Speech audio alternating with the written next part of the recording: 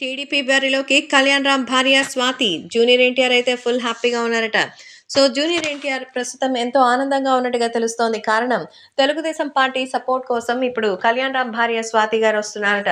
తన వదినమ్మ తెలుగుదేశం పార్టీ కోసం రావడం చాలా ఆనందంగా ఉందని చెప్తున్నారు. ఎందుకంటే ఎలాగో తను రాజకీయాల్లోకి రాలేరు. తెలుగుదేశం పార్టీకి సపోర్ట్ చేయాలన్న ఆతృత, ఆశ అన్నీ ఉన్నాయి.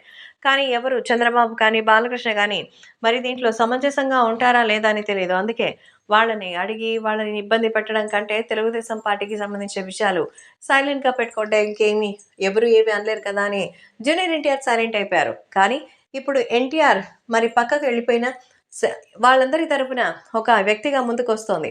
అటు ఎన్టీఆర్, ఇటు కళ్యాణరామ్ ఇద్దరు బాబాయిల విషయంలో కోపాలు తెచ్చుకొని వాళ్ళు అలకలో ఉన్నారు. కానీ తెలుగుదేశం పార్టీ బాధ్యతను మిస్ అవ్వకూడదని ఇద్దరి బాధ్యతలు ఒంటి పని మీద తీసుకుంది. ఈ నేపథ్యంలో తను వచ్చి ఇక్కడ ఎంతగానో కష్టపడడానికి సిద్ధమైంది.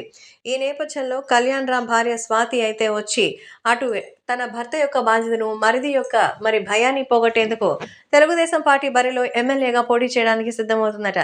ఈ విషయాన్ని టీడీపీ పార్టీ ఆఫీస్‌కే వచ్చి ఆమె చెప్పినట్టుగా తెలుస్తోంది. మరి ఎప్పుడు తన భార్య ఏ విషయంలోనూ మరి ఇంత దూకుడుగా లేదని ఈరోజు మరి నిజంగానే స్వాతిని చూస్తుంటే చాలా ఆశ్చర్యంగా ఉంది అంటూ కళ్యాణ్ రామ్ కూడా చెప్పారట.